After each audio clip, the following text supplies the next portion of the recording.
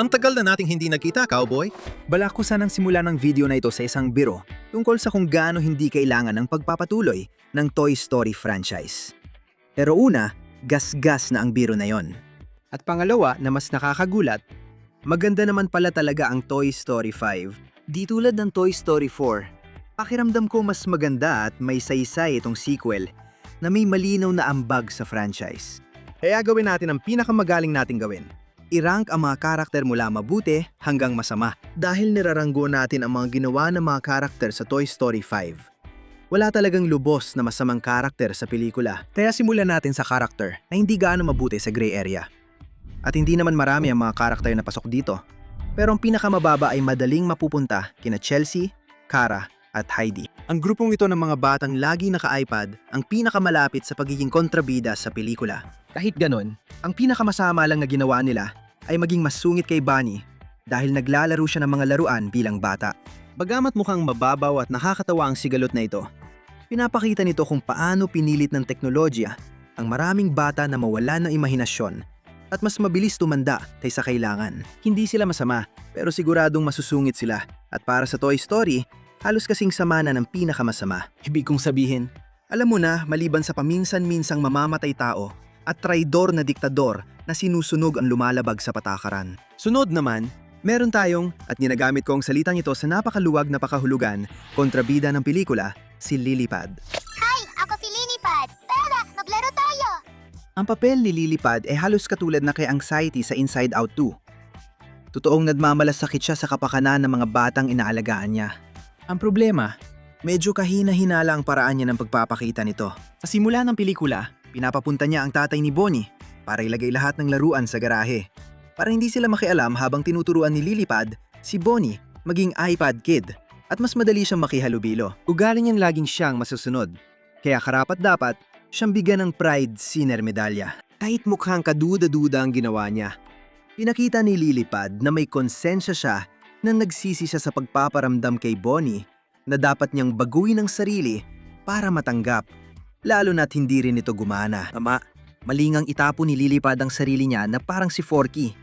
Pero dahil kina Woody, Jessie at mga Buzz, nabawi ni Bonnie ang mga laruan at nagkaroon pa siya ng bagong kaibigan. Dito na nagtatapos ang gray area at panahon ng lumipat sa tama.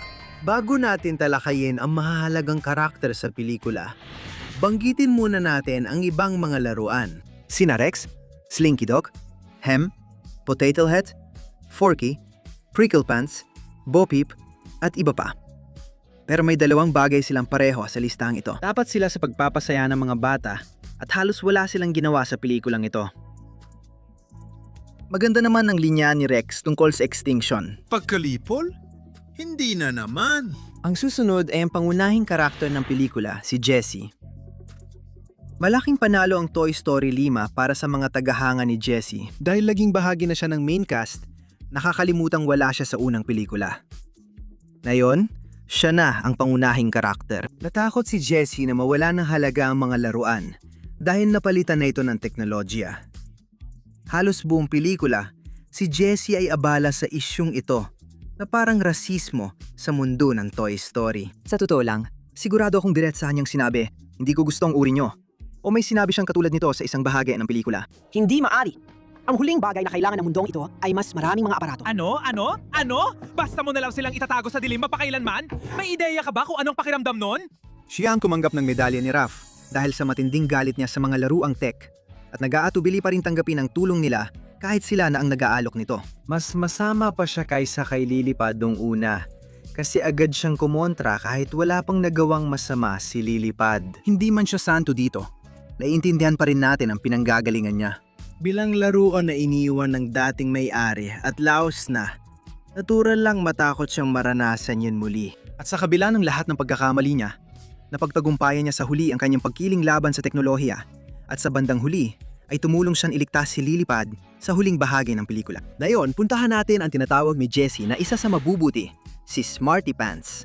Isang laruan para sa potty training na binusesa ni Conan O'Brien. At oo, kasing saya niya ang inaasahan mo sa paglalarawang yon. Bagamat siya ay sarkastiko at posible na nung una ay tinutulungan lang talaga niya si Jessie para matulungan siya nitong makakuha ng bagong baterya Sa huli, ay naging isa siya sa pinakamaasahan niyang kakampi. Pinagdiba yung pagkakaibigan nila nang ipakita ni Blaze kay Jessie ang saya ng imahinasyon. Mula noon, isa na siya sa pangunahing laruan ni Jessie na tumutulong makabalik kay Bonnie at maging kaibigan. Dapat ding mabilis na banggitin sina Atlas at Snappy. Sila talaga ay mga kaibigan lang ni Smarty Pants at wala namang masyadong ginagawa maliban sa pagtulong sa kanya sa kahit anong ginagawa niya. Gayunpaman, sila talaga ang pinakamabilis na nag-alok ng tulong kay Jessie sa paghahanap kay Bullseye. Kaya pakiramdam namin ay nararapat silang mailagay sa mas mataas na pwesto. Oras na para sa mabilisang banggit sa magulang ni Bonnie. Mula, may dalawang karakter na nandyan lang para tumulong sa pangunahing karakter. Akala namin, ibababa namin sila dahil baka gawing iPad kid ang anak nila. Pero nakakagulat, inuuna pa rin nilang limitahan ang screen time nito. Nang malaman nilang binubuli siya online, agad nilang pinatay ang chats para maprotektahan siya. Ang tanging puna namin ay sana mas naging mapagmasid sila. Pero kitang-kita namang mahal nila ang anak nila at gusto ang pinakamabuti rito. Ngayon, pag-usapan natin si Bonnie. Hindi ko inasahan na siya marahil ang pinakahuling karakter sa Toy Story na inasahan kong matututukan ko. Pero binigyan siya ng pelikula ng matibay at makatotohan ng character arc. Oh, may mga biro na parang nagiging iPad kid na siya. Sapat para bigyan siya ng Slot Sinner Medal na yon. Pero malakas din ang motibasyon niya, ang pagkakaibigan. Ang kanyang pagiging mahiyain ay nagpapahirap sa kanya na makipaglapit sa iba para magkaroon ng mga kaibigan at ang hilig niya sa mga laruan, imbes na maglaro lang sa kanyang tablet, ay nagpapahirap din sa kanya na makarelate at makisama sa kanila. Madali siyang kainisan dahil iniwan niya si Woody sa ika-4 na pelikula. Parang hindi niya man lang ito nabanggit kahit minsan. Pero madali ring makita na sa huli, isa lang siyang ordinaryong bata na sumusubok magkaroon ng mga kaibigan at mamuhay ng masaya. Kung ang pinakamasama mong nagawa ay hindi pansinin ng cowboy na manika na di mo alam na buhay pala, ayos ka pa rin sa amin. Ngayon, maaaring maging kontrobersyal ito.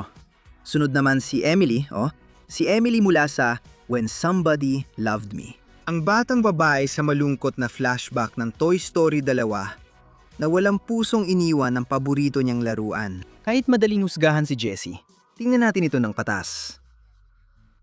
Una, collector's item siya. Pwedeng ibenta ni Emily sa eBay para kumita. Pero mas pinili niyang i-donate ito sa iba na pwedeng gumawa ng magagandang alaala kasama ito. Ipinakita rin sa pelikula na hindi nakalimutan ni Emily si Jessie. Iniwan niya ang time capsule sa burol na kanilang laruan at ipinangalan ng anak sa paborito niyang laruan. Ang maliit na detalye ay nagbago ng malungkot na kwento At naging masayang kwento ng batang babae na lumaki. Pero di nakalimot sa mga tumulong gawing espesyal ang kanyang pagkabata. Pinakamataas sa ranggo sa mga tauhang tao. Si Blaze ang nangungguna. Si Blaze ang pangunahing dahilan kung bakit nakilala ni Jessie ang mga tech na laruan sa simula pa lang. Pagkatapos kunin si Bullseye sa kwadra, Sumunod si Jessie at napansin niyang si Blaze ay maaring maging kaibigan ni Bonnie. Mahilig siyang mag-imagine. Mahal ang mga laruan at hindi siya nahihiyang maging sobrang masigasig sa mga hilig niya. Magaling din siya sa mga hayop. Hindi rin siya may kasalanan sa pagkawala ng alaala ng pagkabata na kaibigan ng pamilya. Kaya may punto rin.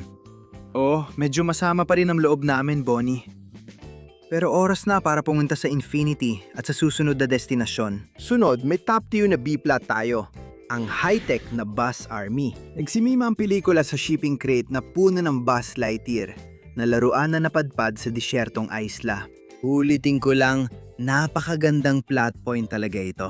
Bitulad ni Buzz na marunong agad mag-Ingles paglabas sa kahon. Ang mga Buzz na ito ay parang bagong silang na bata na sinusubukang intindihin ang paligid. oo, kinidnap nila si Woody pero agad siyang pinalaya nang malaman nilang hindi pala siya ahente ni Zurg. Nang ipaliwanag ni Buzz ang tunay nilang layunin bilang laruan, agad silang tumulong sa grupo hanggat kaya nila. Siguro kung kailangan talaga nating magbanggit ng anumang totoong reklamo laban sa kanila, yun na lang siguro yung eksena sa camping, kung saan iniwan nila ang isa sa mga bus. Tulad ng sabi ng isang dakilang berdeng sandalong laruan, Ang isang mabuting sundalo ay hindi kailanman iniiwan ang kanyang kasama.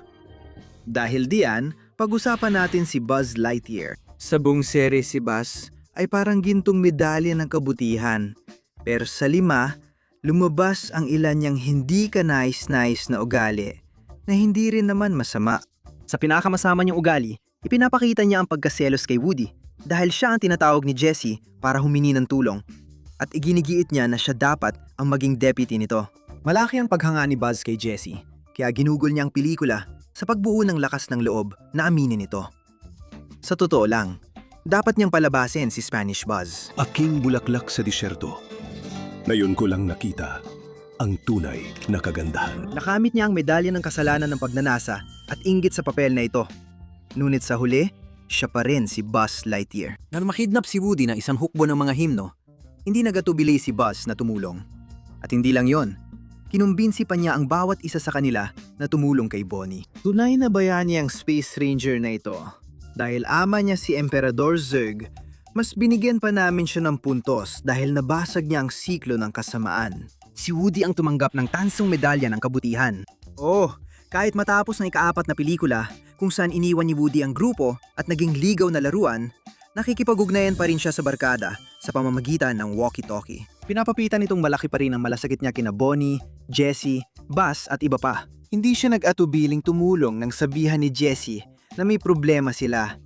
Napatunay ng katapatan niya sa mga laruan ni Andy. Mukhang ginugugol niya ang araw sa pagsagip ng mga laruan sa labas. Gaya ng parasyutistang lalaking na ipit sa puno. Namumuhay ang lalaki bilang marangal na sirip at mabuting kaibigan. Pero may dalawa tayong kaibigan na mas busilak ang puso. Si Bullseye ang tumanggap ng pilak na medalya ng kabutihan at sa tingin ko hindi na kailangang ipaliwanag. Para siyang tuta sa anyo ng laruan kabayo. Laging kasama ni Bullseye si Jessie sa hirap at ginhawa. Nang gustong manatili ni Jessie kay Blaze, tumanggi si Bullseye na hilahin ng lever pabalik kay Bonnie. Pinapakita ang kanyang katapatan. Hindi lang bulag ang kanyang katapatan. Handa rin siyang pagsabihan si Jessie kapag nagkamali ito. Tinulak ni Bullseye si Jessie na humingi ng tawad kay Smarty Pants at sa mga kaibigan nito. Matapos na silang tawaging walang silbi bilang konsensya at patunay na hindi siya takot gawin ng tama para sa mahal niya. Pero may isa pa kaming karakter na sa tingin namin ay pinakakarapat dapat sa aming gintong medalya ng kabutihan at yon ay si Jimmy Dean, ang alagang baboy ni Blaze. Kung si Bullseye ay parang tuta sa katawan ng kabayong laruan, si Jimmy Dean naman ay mas malaki at mas maamong tuta na nasa katawan ng baboy. Balintu naman ang pangalan niya. Alama talaga ang baboy na to. Una, dinala niya si Jessie sa playhouse kung saan naroon ang ibang laruan ni Blaze. At ipinakilala siya kay Smarty Pants na siyang naging simula ng plano ni Jessie na iligtas si Bullseye. Naipapakita na nina Jessie at Bullseye kay Blaze ang tradisyonal na paglalaro. Kinuha ni Jimmy Dean ang tech na laruan mula sa aparador para makasama sa saya. Hindi lang niya tinapos ang diskriminasyon sa mga laruan. Siya rin ang naging sandigan ng amo sa hirap at ginhawa. Ang ibig namin sabihin, kaibigan mo si Jimmy Dean. Salamat sa panonood. Kung nagustuhan mo ang Good to Evil na video, panoorin mo rin ang Super Mario Galaxy Good to Evil video namin dito. Sigurado kami magugustuhan mo ito.